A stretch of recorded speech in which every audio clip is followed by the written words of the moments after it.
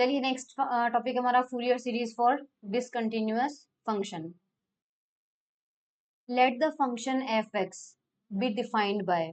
इस बार discontinuous function है तो ऑब्वियसली आप ग्राफ में देखिए एक फंक्शन है यहाँ तक जा रहा है, फिर डिसकंटिन्यूटी आ रही है, फिर वो यहाँ तक आ रहा है।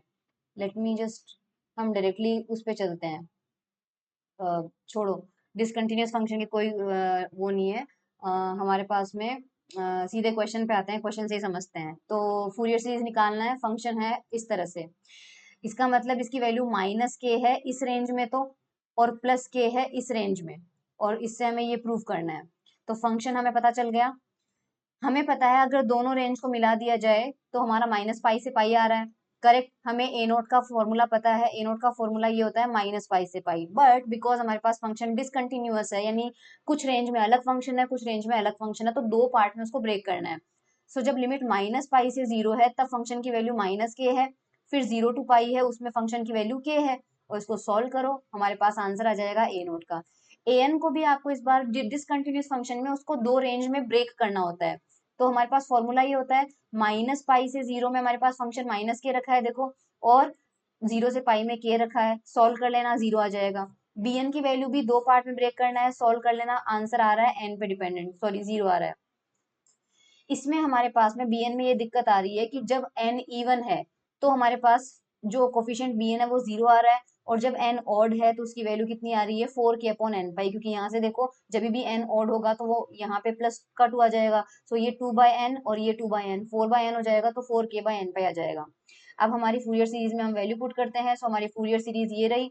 इसके अंदर हमारे पास में an की वैल्यू कितनी आई थी, an की वैल्यू हमारे पास शायद जीरो आई है क्या, जस्ट अ मिनट, an कितना, यस an तो जीरो है, तो कॉस वाला तो कोई टर्म आएगा ही नहीं।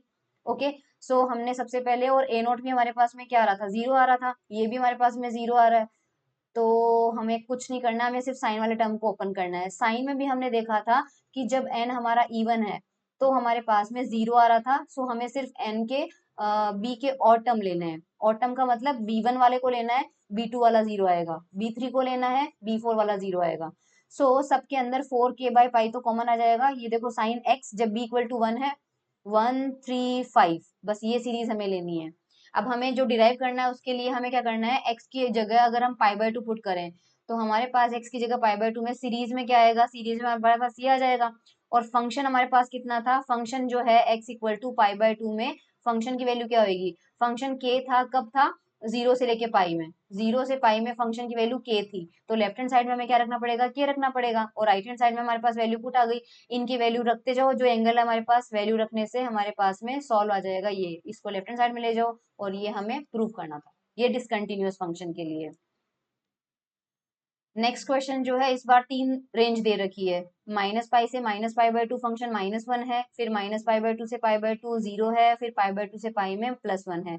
सो सबसे पहले फूरियर सीरीज निकली है, ए नोट की वैल्यू निकालनी है। इस बार तीन रेंज में टूटेगा ये, 1 2 एंड 3, सॉल्व कर लेना है। उसके बाद ए एन की वैल्यू निकालनी है, ए एन के अंदर भी 1 2 एंड 3, इसको सॉल्व कर लेना है। उसके बाद में बी एन की वैल्यू निकालनी है, 1 2 एंड 3, सॉल्व कर लेना है। ठीक है, तो हमारे पास में b1 b2 b3 कुछ इस तरह से आएगा, और उसको सीरीज के अंदर पुट कर देना है। ठीक है, ये हमारे पास डिसकंटिन्यूअस फंक्शन में हो गया।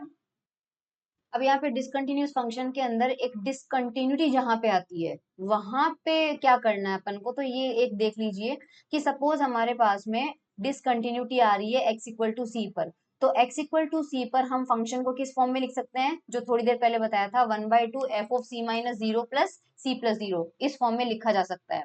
अब इसका यूज करेंगे नेक्स्ट एग्जाम्पल में। सो फंक्शन हमें ये दिया हुआ है, तो सबसे पहले तो वही करना है, फूरियर सीरीज लिखना है इक्वेशन 1 के अंदर। ए नोट की वैल्यू निकालनी है, दो रेंज में टूटेगा, तो ये हमारे पास फर्स्ट पार्ट ही, सेकंड पार्ट, ए नोट की वैल्यू निकाल ली।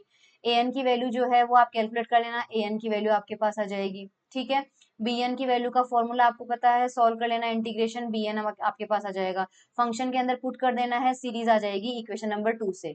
अब हमारे पास में डिसकंटिन्यूटी कहाँ पे आ रही है, तो डिसकंटिन्यूटी हम देखते हैं, वापस रेंज पे जाते हैं।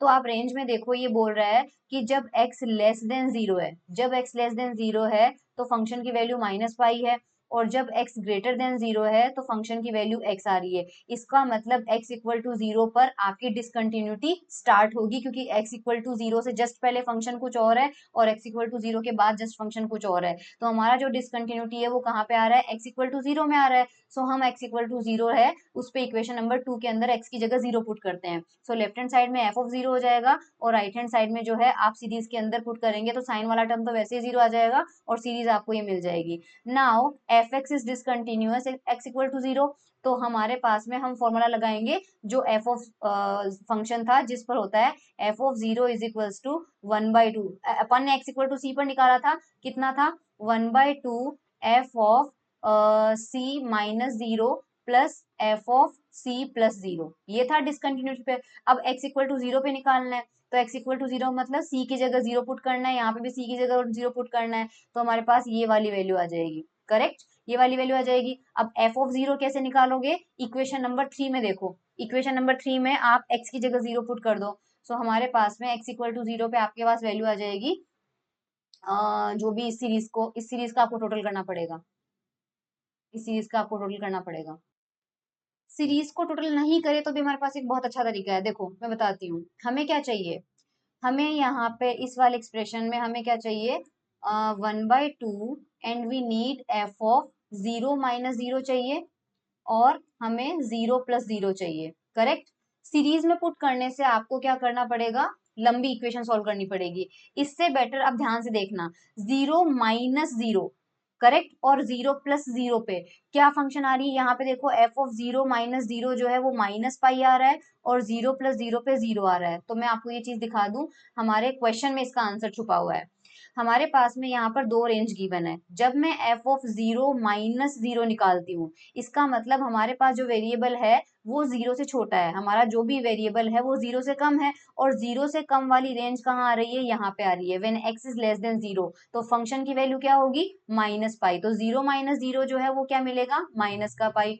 और जब हम 0 प्लस 0 करेंगे यानी कि हम इस बार 0 से आगे बढ़ रहे हैं, भले पॉइंट से जाओ लेकिन आगे बढ़ रहे हैं, तो हमारा ये टर्म आ जाएगा जहां पर x ग्रेटर देन 0 है, क्योंकि हमें x ग्रेटर देन 0 पे जाना है। उस पे हमारा फंक्शन क्या है, जो x होगा, और x हमारे पास क्या है, 0 है, तो इसलिए हमारे पास इसकी वैल्यू कितनी आएगी, 0। तो 0 माइनस 0 ऊपर वाली रेंज में आ रहा है और नीचे 0 प्लस 0 है जहां पे x होता है फंक्शन की वैल्यू, और x की वैल्यू कितनी है हमारे पास, 0 है। सो माइनस पाई और 0 जो वैल्यूज है वो हम रखेंगे यहाँ पे, ये देखो ये वैल्यूज। तो हमारे पास में यहाँ 0 माइनस 0 है, इस पे रख देंगे हम माइनस पाई, और 0 प्लस 0 है, इस पे रख देंगे 0, और आगे है 1/2 तो ये आ जाएगा माइनस पाई बाय 2। तो हमें ये आ चुका है, एफ ऑफ 0 की वैल्यू मिल चुकी है। इसको क्या कहा जा रहा है, इसको आपको पुट करना है फ्रॉम 3 एंड 4। सो हमारे पास में इक्वेशन नंबर 3 में कुछ नहीं करना है, इक्वेशन नंबर हमें एफ ऑफ 0 की वैल्यू मिल चुकी है, that is minus pi by 2। तो इक्वेशन नंबर 3 देखो, इसमें एफ ऑफ 0 की जगह पुट करना है minus pi by 2, right hand side same रहने दो, तो हमें ये वाला एक्सप्रेशन मिल जाएगा। करेक्ट, ये वाला एक्सप्रेशन मिलने के बाद आपको कुछ नहीं करना है, सबसे पहले इसको लेफ्ट में आना, लेफ्ट में लाना, एलसीएम लेके शुरू करना, फिर ये जो कोफिशिएंट है -2 पाई इसको भी लेफ्ट में ले जाना, तो आपके पास ये आ जाएगा जो कि हमें सॉल्व करना था। ठीक है, नाउ नेक्स्ट क्वेश्चन आपके पास ये है कि ये रेंज दे रखी है और ये सॉल्व करना है, जो अभी मैंने बताया बस उसी तरीके से करना है। ये फंक्शन है, सबसे पहले सीरीज बनाना है आपको। सीरीज बनाने के लिए आपको ए नोट, ए एन और बी एन निकालना है। सो ए नोट निकाला, ए एन निकाला और बी एन निकाल लिया और वो वैल्यू पुट करी तो हमारे पास आ जाएगा ये। डिसकंटिन्यूअस फंक्शन 0 पे ही हो रहा है तो मैं रिपीट नहीं करूंगी, जैसे मैंने अभी बताया सेम वैसे करना है। नेक्स्ट क्वेश्चन हमारे पास आ रहा है ये, फाइंड द फूरियर सीरीज। हमारे पास इस बार ये है और फंक्शन 2 पाई के अंदर है। सो ए नोट निकाला, ए नोट में हमारे पास कोई दिक्कत नहीं है, और ए एन निकाला, ए नोट का भी फॉर्मूला आपको पता है। फिर आपको बी एन निकालना है, बी एन का भी आपको पता चल जाएगा और उसकी वैल्यूज पुट कर देनी है तो आपको सीरीज मिल जाएगी। करेक्ट, एंड सीरीज के अंदर हमारे पास में, सॉरी सीरीज यहाँ पे ऑड और इवन में अलग अलग वैल्यू आ रही है।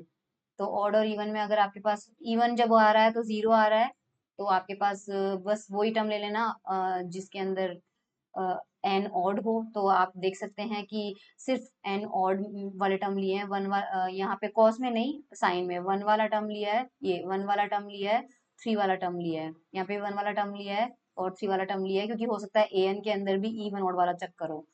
तो ये था डिसकंटिन्यूअस फंक्शन पे। ठीक है, even function and odd function, ये हम करेंगे नेक्स्ट लेक्चर में।